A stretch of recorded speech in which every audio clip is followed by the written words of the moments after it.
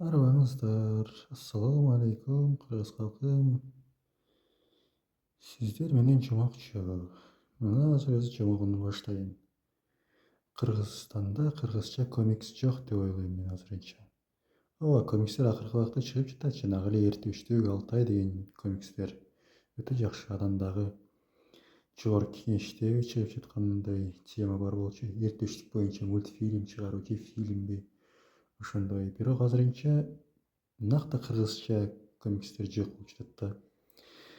Мисалы алсак, жанагы эле Алтайды же Эрте үчтүктү эмнегедир баардык эле интернет булактарында мен аны орусчасын таба алам да. Кыргызчасын болсо табыш кыйын же толук эле жок эсе. Ошонун айына мен дагы азыр кыргызча комикстерди жазгым келип жатат. Накты кыргызча. Кийин гана орусча же башка тилдерге которула тургандай болуп. Кыргызча болсо өтө жакшы болот да. Кыргыз тилине өнүктүрүү үчүн дагы. Ошо. Азыр мен бир нече ойлор бар, идеялар бар, ошолорду жазып жатам. Кайсынысы кандай болот билбейм азырынча. Ошо. Мисалы азыр эмнени айтайын?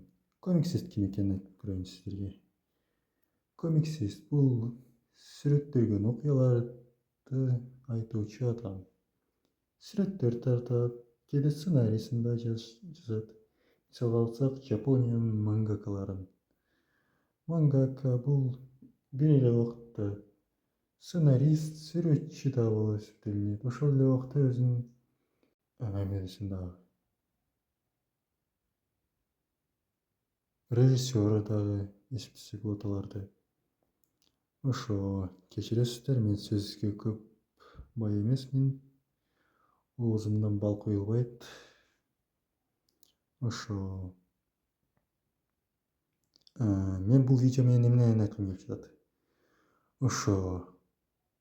Кыргызча комикс тартылышы керек, кыргыз тилине өнүктүрүш керек. Мени жанагындай акыркы убакта неонацисттардын арасына киргизбей элесиңер, Сыраныч. Ошо. Кыргызстанда комикстер чыгарыш. Кечиресиздер, эмнени сүйлөшүп атам. Ошо. Ушул видео аркылуу мен өзүмдүн каналымды жөнөкөй эле Кыргызстандын казактардын уламышын эмес,